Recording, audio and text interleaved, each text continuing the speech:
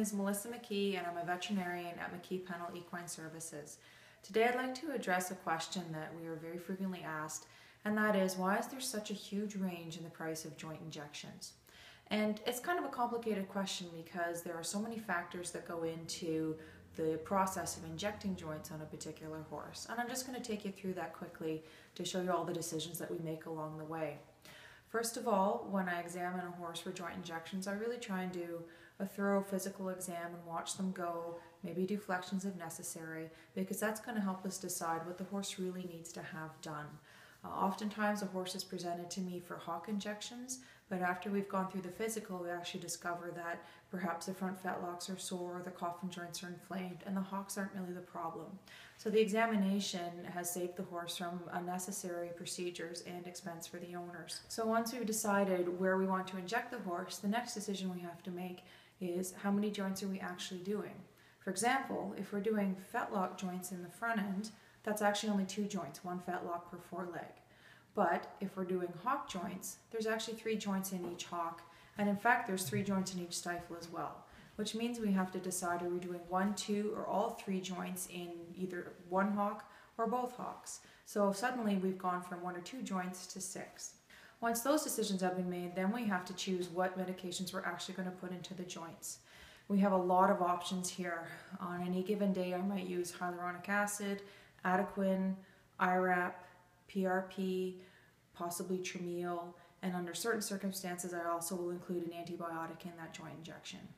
Hyaluronic acid alone, for example, comes in 3 or 4 different versions, different strengths, different consistencies and volumes, that we have to decide which particular one to use depending on the joint we're injecting. For example, I'll use a higher volume formulation of hyaluronic acid for a stifle joint because each of those 3 joints has at least a 30 cc capacity, and 1 cc of hyaluronic acid is probably not going to do the trick. It's like trying to spread a tiny pat of butter over a whole loaf of bread.